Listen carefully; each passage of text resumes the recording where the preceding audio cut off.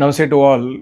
Today we are trying to do a podcast here. Of course, in podcast normally you see both the people, but the question is in front of me. She's my wife. We wanted to do a general kind of discussion, like in terms of question and answers. My wife would like to ask some questions, random questions. I have not. We have not prepared anything. Even the question is not prepared. So randomly to discuss, understand more about Vedas. I hope you would also learn a lot from this conversation. So I would request her first of all to introduce and then ask question. Please go ahead. Hello everyone. My first question is, God is self-existent and so is the soul. No one has made God and no one has made the soul. But isn't it a reason behind every existence in this universe? So if soul is not made by anyone, but what is the reason behind its existence then? There should be some reason. Can you explain? See, our Acharya ji has written a book, the recent book Veda Gyani Satya Gyan. In that book, he has made a very generalistic statement, but it's a Vedic truth there. He says, सत्य का कारण नहीं होता. जो भी पदार्थ सत्य है, whatever is truth in this world, there is no reason for it. Karan means there is no reason behind it. So satya, the truth always exists. There is no reason behind its existence. So there is no, in the Vedic Dharma, there is no reason behind. I will try to explain more also in this. There is no reason behind the existence of Paramatma, Jivatma and Prakriti. They exist. That's why they are called as truth. The important thing for all of us is to understand the yatharthata, they understand the truth and accept that it exists instead of questioning why it exists, because there is no why for certain things, especially in the case of Paramatma, Jivatma and Prakriti. There is no why because there is nothing else behind that. These three, Satya ka koi karan nahi hota. This is a statement which we all must remember. It's a very good question actually. But let's understand that soul is not existing eternally. Let's understand for argument's sake. Soul is always created. So for creating a soul, we must have a raw material, right? For creating anything, we must have a raw material. This universe is created from Prakriti. Prakriti is the raw material, universe is the effect. I would like to interrupt here. I'm not asking who has created. I'm asking what is the reason behind its existence, because in Vedas, Acharya has explained that bina karan ke karya nahi hota. So just want to understand that aspect of soul's existence. No, soul कार्य नहीं है, soul कारण है. So बिना कारण के कार्य नहीं होता.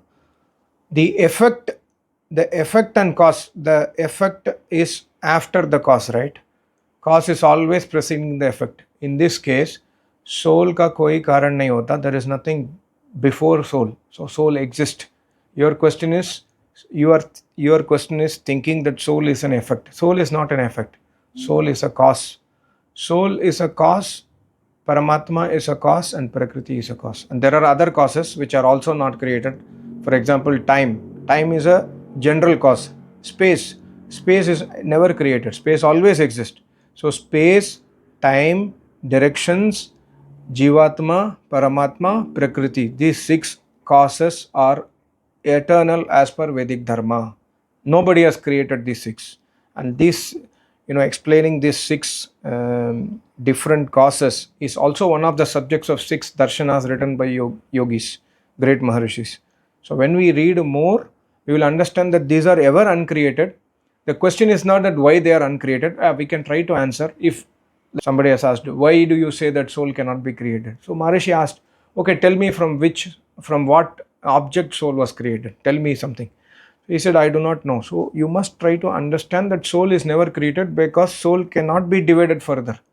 If something exists in this world which can be divided further, that is a created object. And if something which cannot be divided further, that is called as Yathartha Satya. That is the final truth.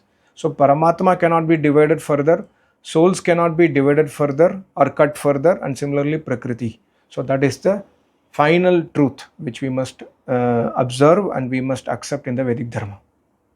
Yes, it's amazing to even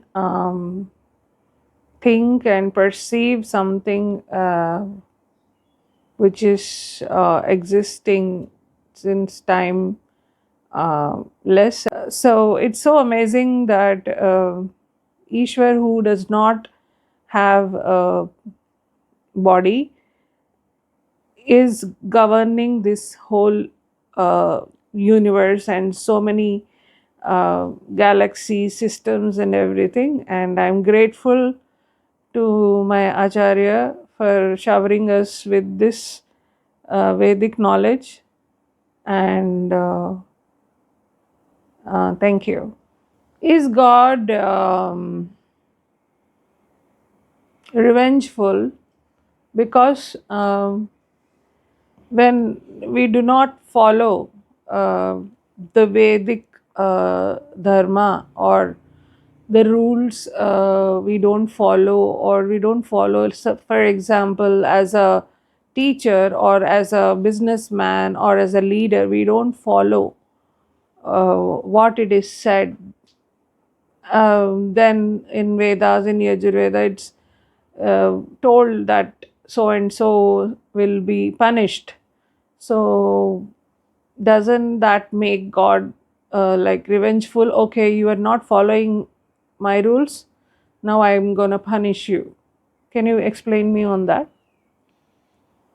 Yeah, it's a very wonderful question. See, we must understand Vedas in depth to understand Paramatma. So when we understand Paramatma, Paramatma's one of the quality, which is also, discussed at length in the darshanas, especially Brahma Sutra, Paramatma is Anandamaya. Paramatma has bliss inside him and he is ever blissful, and Paramatma is Ananta Jnani. So, and Paramatma being Ananta Jnani, he is devoid of avidya. Yesterday also I made a video similar to that. Klesha karma vipaka ashaya aparamrishtaha purusha vishesha ishvaraha. Paramatma does not have avidya. So the revenge attitude or hatredness, because you did not follow me, I'm going to punish you. This revenge attitude is our understanding about, we might try to misunderstand Paramatma. So Paramatma, why Paramatma has created rules? Because unless and otherwise there are law and order, rules and regulations. You just imagine for half an hour, Prime Minister Modi is announcing, half an hour that he is announcing in the media that 30 minutes, whatever you do, you won't be punished. 30 minutes, there is no law and order in this country, for example, Modi says.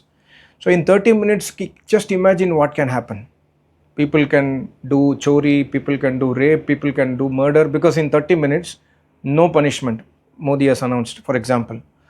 So it cannot work. So similarly, when the law and order of Paramatma is removed, then this universe will collapse. So that's why Paramatma has made a certain law and order, and Paramatma has very clearly clarified in the Vedas, these are my rules and regulations. If you follow these rules and regulations, you will get sukh.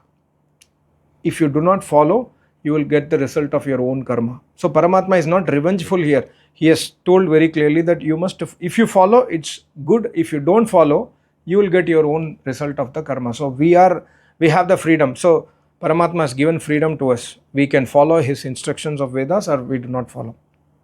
So that does not make Paramatma as revengeful or he hates others. No, that is not his quality at all. He says Shuddham apapavidam. Shuddha means here Paramatma mein koi klesh nahi hai. Shuddham, and Paramatma mein there is no attitude of revenge, there is no hatredness. He is supreme bliss and he always loves everyone else. When we do any mistake, why he punishes us? Because of that mistake, we are hurting others. You name any mistake which is against Vedas, we will hurt others. Unknowingly we are hurting others. So when you hurt others, Paramatma has to give justice. And that justice, we seem that justice to be like, Paramatma taking revenge. No, he's actually giving justice, because when you go against Vedas, you will indirectly, directly hurt other Jivatmas. And hurting other Jivatmas, Paramatma will have to give justice. So this is one of the qualities of Paramatma we must understand. So Paramatma में कोई क्लेश नहीं है, क्लेश से अपार है, हमेशा ज्ञान स्वरूप परमात्मा. So he does not take any revenge. That we must understand. You can ask the next question, or if you have any comments. Yeah, that's well explained, and yes, it does make sense. Like, if law and order does not exist, then no discipline is there in the society, and everything will be in chaos. And it's not that Paramatma is revengeful, it is just that he's just giving the result of our karmas, and these rules are for our own benefits. It does not benefit God in any way. So my third question is,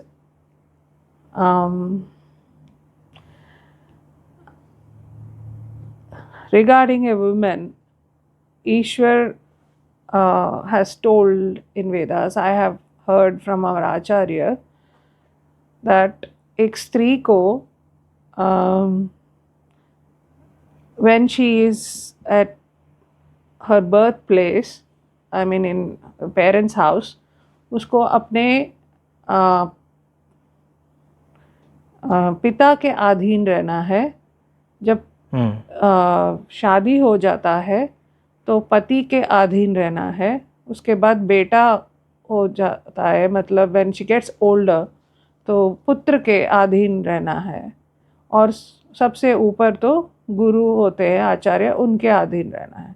I can understand about गुरु के अधीन रहना है, that the meaning of that. But can you just clarify more on the other part of the question? Yeah, so in fact Manusmriti also says similar things, and also from the Vedas. Adin here does not mean slavery. People who have not studied Vedas, they have translated this as slave. So a girl has to be like a slave in her father's house, must be a slave to the husband. After the children are born, she must again become a kind of servant to the son and daughter, etc. So this is not the real thing. Here Adin means a female needs a protection, and the protection for female, if you see the physical build also, male are generally, in general, I'm taking a normal distribution curve. If you take normal curve, that's how the whole world works. Normal curve means 80-20 rule. 80% men are more stronger physically, and 20% women would be stronger for sure. So I'm taking a general rule. So generally what Manu Bhagavan and Vedas say is that in a father's house, the girl child must be under the protection of the father. It's not adinta, not slavery. The father must protect the girl child, and the freedom is as equal given to a boy child, a boy. So the girl has to be given full freedom, but she must be under the protection of father. Thereby, she is protected until she gets married. And similarly, after the marriage, the responsibility of protecting that woman is with the husband, because husband generally considered husband is physically stronger than the wife, and that is how Vedas also says when you get married, the match has to be in such a way that the male is more taller and also more firm and strength, has more strength, body strength than the wife. That's how, if you remember Ramayana, our Acharya has told, Sita could not get married at all, because Sita is so strong woman. There could not be any match to Sita's strength. And only one that was capable was Sri Ram. So that is why even after marriage, Ram was protecting Sita, because Ram is more powerful, and that's how Grahasthashrama should work, right? Yeah, so Sita herself was very good at war. Yeah, exactly. Strategies. So that's how, after the marriage, the husband must protect the wife. It's not that he must treat her as a slave. He must give all the freedom, all the responsibilities must be given to the wife, but he must give protection to the wife when she is going out, when they are going out, and he must take care of the wife. And similarly, lastly, after the marriage, suppose the shloka very clearly says, suppose the husband dies and the wife is a vidwa, widow. In that case, the child who is a male child, suppose if you are having a male child, that son has to take care of the mother. It's not again adinta, it is taking and protection. So in all the cases, it speaks only about protection from the point of view of because women must be protected in the society, and a society which protects women is the society which will flourish, which will nourish, which will produce intelligent kids, and which will also have economic and social stability. If you go to any country where women is not protected, you go to any country, especially the countries which are in the northern side, like our neighboring countries, where women are treated like slaves, they are not protected.